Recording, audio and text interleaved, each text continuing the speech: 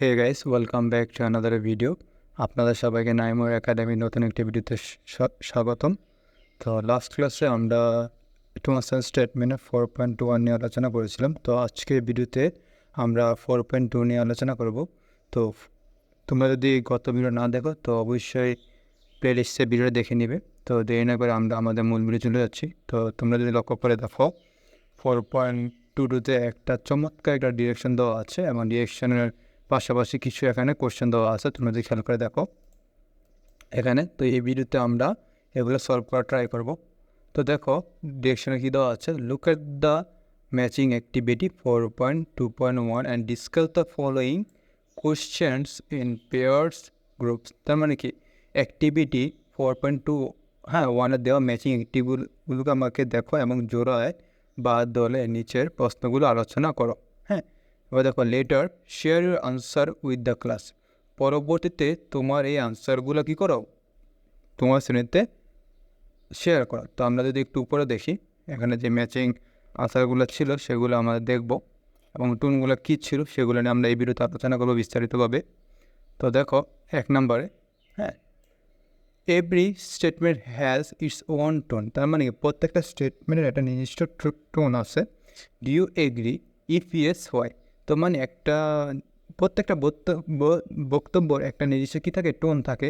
সেই টোনটা যদি থাকে তাহলে যদি এগ্রি হয় তাহলে কেন?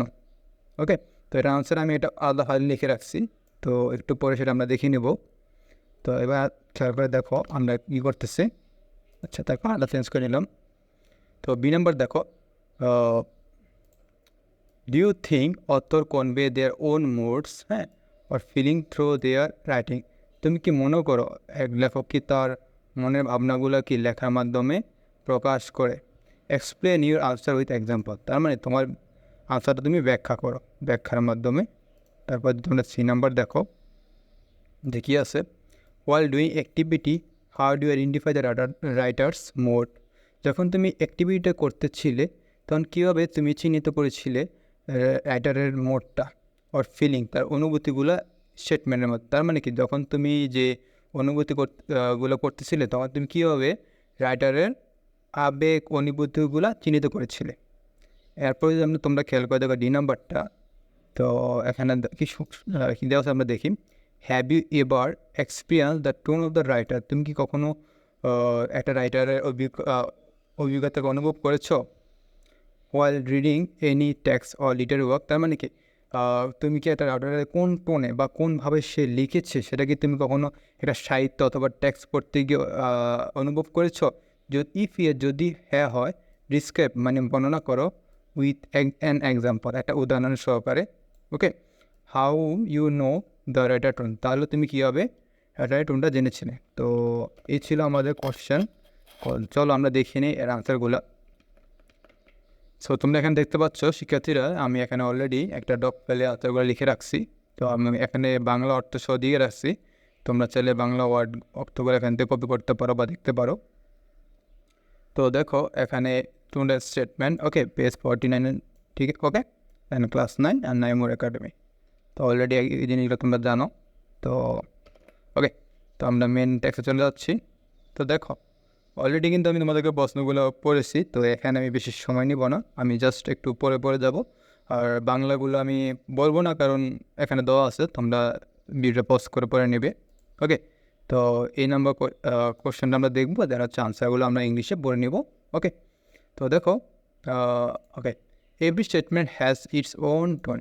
Do you agree? If yes why? তার মানে কি প্রত্যেকটা স্টেটমেন্ট একটা নির্দিষ্ট টোন আছে বা সুর আছে। তুমি যদি এটা থেকে একমত, আর যদি কেন একমত ব্যাখ্যা করো। Yes, I agree each statement has its own tone, whether descriptive, persuasive, curious ও spiritual or reflective. The tone shapes how we perceive the message. ওকে, তো এই ছিল আমাদের এই নাম্বারের আনসার। আমরা বি নাম্বারতে চলে যাচ্ছি। ওকে, বি নাম্বার দেখো হচ্ছে বি নাম্বার। ওকে, তো একটু বড় করে দিলাম। Okay, do you think the author convey their own moods or feeling through their writing? Explain your answer with an example. So দেখো বাংলাটা এখানে দেওয়া আছে, তোমরা পড়ে নিও। ওকে, এরপরে দেখো এই নিচেও কিন্তু এর বাংলাটা দেওয়া আছে, তোমরা এটা কাইন্ডলি পড়ে নিবা নিজের মতন। Yes, the author often put their feeling in their writing. For example, if they write about learning from mistake, they might want to inspire people and show that they believe in growth. আচ্ছা, এই হচ্ছে আমাদের 2 নম্বর question গেল বা B নম্বর। এরপর দেখো C নম্বরে আমরা চলে আসলাম। ওকে, এই হচ্ছে সি নম্বর।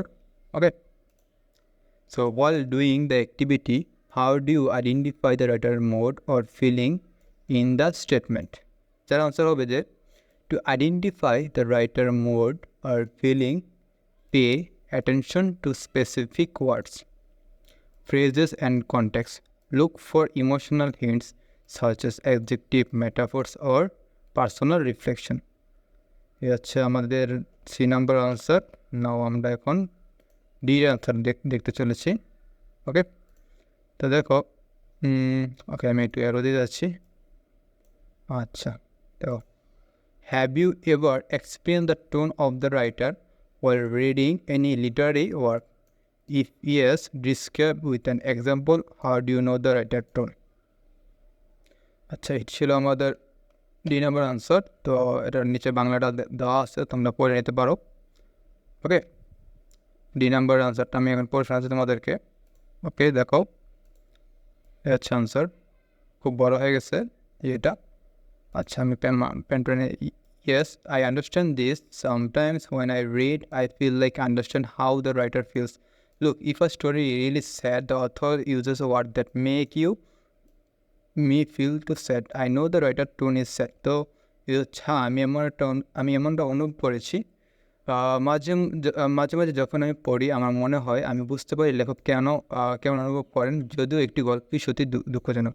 তো এই ছিল আমাদের কোশ্চেনের 4.2 আনসার স্টেটমেন্টে 4.22 এর আনসারগুলো। আশা করি তোমরা ভালো করে বুঝতে পেরেছো। আর তোমরা যদি না বুঝতে পারো তাহলে অবশ্যই নিচে কমেন্টে জানাবা। তো আসলে এটা হয়তো হতে পারে আমার লাস্ট ভিডিও নাইমুর একাডেমির। জানি না এরপরে আর কোনো ভিডিও আপলোড হবে কি না, তবে চেষ্টা করবো আপলোড করার জন্য। ধন্যবাদ সবাইকে। আসসালামু আলাইকুম।